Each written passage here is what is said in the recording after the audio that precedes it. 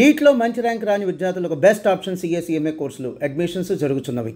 అసెంబ్లీకి పోవడం లేదు, ఓకే సరే, ఇక మీ నాయకుడు ఎప్పుడు తీసుకెళ్తాడో మీరు మళ్ళీ సమర్థిస్తున్నారో లేదో మాకు అర్థం కాదని 11 మంది ఎమ్మెల్యేలు మాత్రమే గెలిస్తే ఆ 11 మందిలో మీరు ఒకరు ఉన్నారు కదా, అధినేత దృష్టిలో పడుతుంటారు. ఎలా ఉంది అసలు విరూపాక్ష గారికి? అది మాత్రం చాలా హ్యాపీగా ఉంది మాకు, చాలా హ్యాపీ. మా అధినాయకుతో ఇప్పుడు ఎట్లా అంటే 150 మంది ఉన్నప్పుడు వాళ్ళ తాకి కలిసి ఇవ్వలేదు తెలియదు, నాకు తెలియదు. కానీ నేను మాత్రం ప్రతిసారి మా జగన్ సార్ ఎన్నుకుంటే నాకు చాలా హ్యాపీగా ఉంది, చాలా థ్రిల్గా ఉంది మనిషికి. ఓకే, మీకు అంతో ఇంతో సపోర్ట్ చేసిన రాంపురం సోదరులు సాయిప్రసాద్ రెడ్డి గారు ఓడిపోయారు, వెంకటరామరెడ్డి గారు ఓడిపోయారు, బాలనాగరెడ్డి మాత్రమే గారు మీరు గెలిచారు. ఎలా ఉంది అసలు? అంటే వాళ్ళు గెలిచినారంటే మళ్ళీ అక్కడ ఏం జరిగిందో ఏమో. ఇప్పుడు చాలా మంది ఇప్పుడు చూసిన మహారాష్ట్రలోనే కానీ ట్యాంపరింగ్ అంటున్నారు, హర్యానాలో ట్యాంపరింగ్ అన్నారు. మీరు ఓడిపోవాలి కదా, అంటే మాది ఇంకా మెజార్టీ ఎక్కువ వచ్చింది కదా.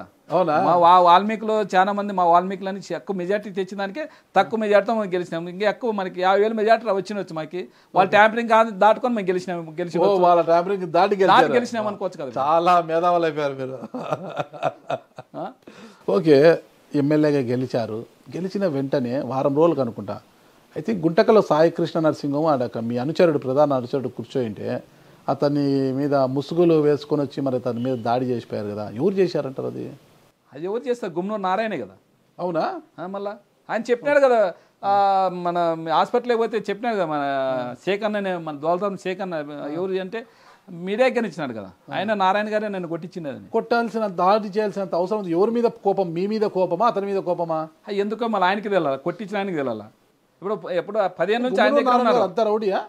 15 నుంచి ఆ షేక్ అనే వ్యక్తి వాళ్ళ దగ్గర ఉన్నారు. మంత్రి 19 నుంచి 24 వరకు వాళ్ళ దగ్గరే ఉన్నారు. ఆ పిల్లోడు అక్కడే వాళ్ళ దగ్గర, ఆయన నారాయణ గారు వెనకే ఉన్నాడు. వాళ్ళు ఏమైందంటే ఇప్పుడు వాళ్ళు గుంటకల్లో ఆంధ్రప్రదేశ్ డిస్ట్రిక్ట్లో టీడీపీకి పోయినారు. వీళ్ళు ఇప్పుడు మనసు చంపుకొని ఎవరైనా పార్టీ మారమంటే ఎందుకు మారుతారు? వాళ్ళు మారు వైఎస్ఆర్ పార్టీ మాది, మేము పార్టీలో పనిచేసాము, మీరు అక్కడ పోయినారు కాబట్టి మీరు ఇక్కడ కానీ లేరు, మేము ఇక్కడే ఉంటాము. దాంట్లో వచ్చి మాకు షేక్ అనే వాళ్ళు మా బంధువు, మా అక్క కొడుకు, మా అక్క మరిది కొడుకు, మా అక్కని ఇచ్చినాము. అక్కడ షేక్ అనే వాళ్ళు పెద్ద మా అక్కే ఇచ్చినారు. మా మామకు వచ్చిందనే విధంగా మనకు పని చేసినారు. ఆ పని చేసిన దానికి వాళ్ళు దానికి కొట్టించే ధర్మం ఏమన్నా ఉంది? ఆయన నారాయణ ఎనికే తిన్నారు 5 ఏళ్ళు, ఆయన ఎనికే తిన్నారు, ఆయన కార్యకర్త, ఆయన ఎనికే. కేసు పెట్టారు మీరు? కేసు పెట్టినాం కదా. ఏమైంది కేసు? మళ్ళీ కేసు రిమాండ్ పంపిస్తుంది కదా. ఆడ కర్నూలు ఎస్పీ మేడంకి ఫోన్ చేసినా నేను, ఈ కర్నూలు ఎస్పీ గారికి చేసినాను, ఆంధ్రప్రదేశ్ ఎస్పీ గారికి చేసినాను. ఎందుకంటే వాళ్ళ మీద కేసు పెట్టినాను. ఒక రోజులోనే వాళ్ళ ముసుగులన్నీ తీసేసేటట్లేదు, ఎక్కడ సీసీ కెమెరాలు తీసి వాళ్ళు మొత్తం రిమాండ్కి పంపించింది కదా వాళ్ళు.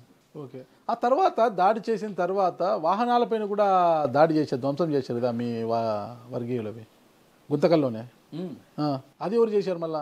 అది అంటే మనకి ఇదైతే ఆయన చేపించినాడు, అది ఎవరు చేసినా మనకి తెలుకున్న మాట్లాడేది ఏంటి అసలు మీ మీద, విరూపాక్ష గారి మీద? ఎందుకో మళ్ళీ ఆయనకి తెలాల. ఆయన మీద అయితే నాకు ఇప్పటికైనా పగలేదు. ఆయన గుమ్మనూరు జయరాం మీద ఆయన ఎందుకో మన నా మీద ఎంత పగ? మామాళ్ళు ఇప్పుడు ఈ రోజు నేను నోటి చెప్తాను, ఈ రోజు ఆయన ఆలూరులో జగన్మోహన్ రెడ్డి గారు టికెట్ ఇవ్వకున్న దానికే ఈ రోజు మళ్ళీ గుంటకల్కి తెచ్చుకొని ఎమ్మెల్యేకి గెలిచినావు. ఈ రోజు నువ్వు అదృష్టవంతులు అనాలి ఇప్పుడు.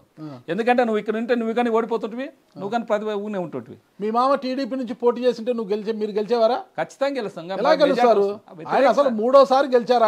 ఆయన సీనియర్ మీకన్నా, రాజకీయాలతో అవకాశం పట్టాడు. ఆయన ఇదే పెట్టుకోవచ్చు, ఇదే తీసుకోవచ్చు. ఆయన టికెట్ ఇవ్వలేదు ఇక్కడ, ఎందుకు తీసుకోవచ్చు కదా? నేను ఆలూరులోనే ఉంటాను, నాకు ఆలూరు సంబంధంలో తెచ్చి పెట్టుకొని గెలవచ్చు కదా. మేము వద్దండి. మీద 2029లో మీ మామకు టికెట్ వస్తే మీ మామ మీద గెలుస్తారు. ఎవరు మామే కాదు, ఎవరైనా కానీ మేము వైసీపీ తరఫు మేము పోటీ చేస్తాం, గెలుస్తాం ఎవరైనా కానీ. జయరాం గారు మీ ప్రత్యర్థి అయితే గెలవగలరా? డిపాజిట్ వస్తుందా మీకు? ఎవరైనా కాదు, చంద్రబాబు నాయుడు వచ్చినా ఆలూరులో మేమే గెలుస్తాం, వైసీపీ గెలుస్తుంది. అవునా? అంత బలంగా చెప్తున్నారు? అంతే, మళ్ళీ వైసీపీ బలం అంతే. వైసీపీ బలం కానీ విరూపాక్ష గారు ఇప్పుడు కాంగ్రెస్ 3 సార్లు గెలిచింది, వైసీపీ 3 సార్లు, 6 సార్లు 30 సంవత్సరాలు ఆలూరు అంటే వైఎస్ఆర్ కాంగ్రెస్ అంతే. ఎన్నికల సమయంలో మీరు మీ మామ పెద్ద ఎత్తున విమర్శలు చేసుకున్నారు కదా, బాబా చాలా వాడి వేడిగా విమర్శలు. ఇప్పుడు అంతా ఏమి చల్లారిపోయింది, అంతా ఏమన్నా మళ్ళీ లోపల ఏమన్నా మామాలు రాజయ్యారా? వాళ్ళు మేము రాజైనా వాళ్ళు రాజు గారు. ఎందుకు?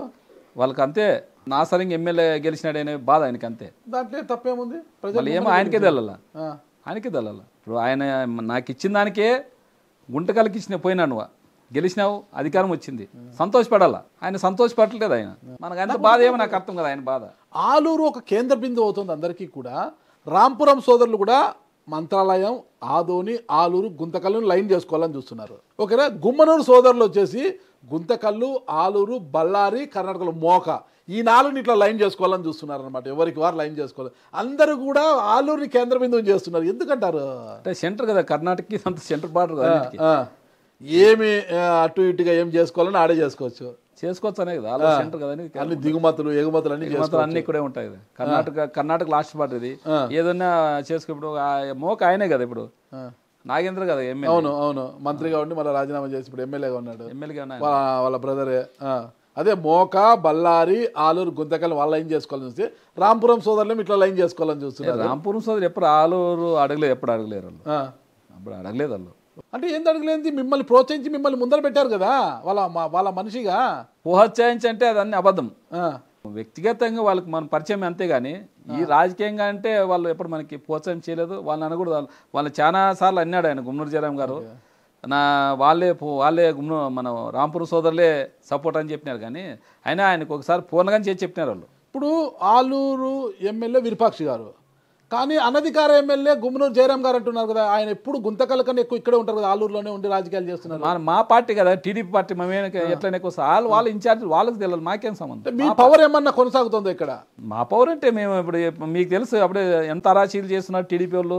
పవర్ సాగనిస్తారు, మమ్మల్ని సాగనిస్తారు. అప్పుడు చూస్తున్నారు మీరు. కానీ రాష్ట్రంలో 170 కాన్స్టిట్యూన్సీలోని ఎంత వివత్సం చేస్తున్నారు, ఎంత అలజడి చేస్తున్నారు, ఎంత ఇబ్బంది పెడుతున్నారు. బీభత్సం చేయడం లేదా? ఎవరు అధికారంలో ఉన్నోళ్ళు అంత బీభత్సం చేస్తే పట్టుమని 15 మందిలో 11 మంది ఎమ్మెల్యేలు ఉన్న మీరు ఈ ఏరియాలో మీరు ఒకటే ఎమ్మెల్యే అడిగితే బాలనాగర్ గారు, మీరు పోయి గాలిమరాలు దాని వాళ్ళ మీద 3 కేంద్రాల మీద దాడులు చేసి విచ్చలవిడి చేసి దౌర్జన్యాలు చేసి అధికార పార్టీ వాళ్ళు చేస్తే ప్రతిపక్షంలో మీరు చేసి వాళ్ళు చేయరా? అది అబద్ధం. అది టీవీలు మొత్తం పేపర్లు అంతా ప్రతిపక్షంలో కేసులు కూడా పెట్టారు. కాదు, ప్రతిపక్షంలో రిమాండ్ పంపించారు కదా.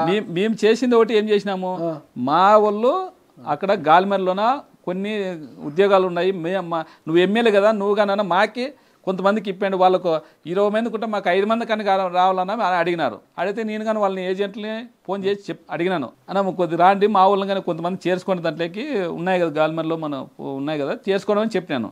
లేదు వాళ్ళు ఏమన్నారంటే లేదు వచ్చే ప్రసక్తి లేదు, మా ఇది ఎవరు కాదు ఈ కంపెనీ, గుమ్మనూరు జయరాం కంపెనీ అన్నారు ఆయన. గుమ్మనూరు జయరాం కంపెనీ అంటే సర్లే గుమ్మనూరు జయరాం కంపెనీ కానీ లేని మా వాళ్ళు ఏం చేసి మా కార్యకర్తలు ఏం చేసినారంటే ఒకసారిలే మీరు చెప్తే మా ఎమ్మెల్యే చెప్తే పిలిచినారు రారా అని వాళ్ళు పోయి ఆఫీస్కి తాళాలు వేసినారు అంతే. ఆఫీస్కి తాళాలు వేయడం కూడా విధులకు ఆటంకం కలిగించడం ట్రెస్ పాస్ అవుతుంది కదా. విధులకి ఏం కాదు, విధులకి ఏమవుతుంది, తాళాలు వేస్తే వాళ్ళు ఎట్లా వర్క్ చేసుకుంటారు? ఓ రోజు చేసి ఏమైనా మొత్తం మునిగిపోతాయా? ఎందుకు చేయాలా? మీరు ఏజెంట్ రావాలి కదా, మా కార్యకర్తలు వాళ్ళ కార్యకర్తలు పోయి వేసినారు, మా వాళ్ళు మేము కాదు పోలేదు, కార్యకర్తలే.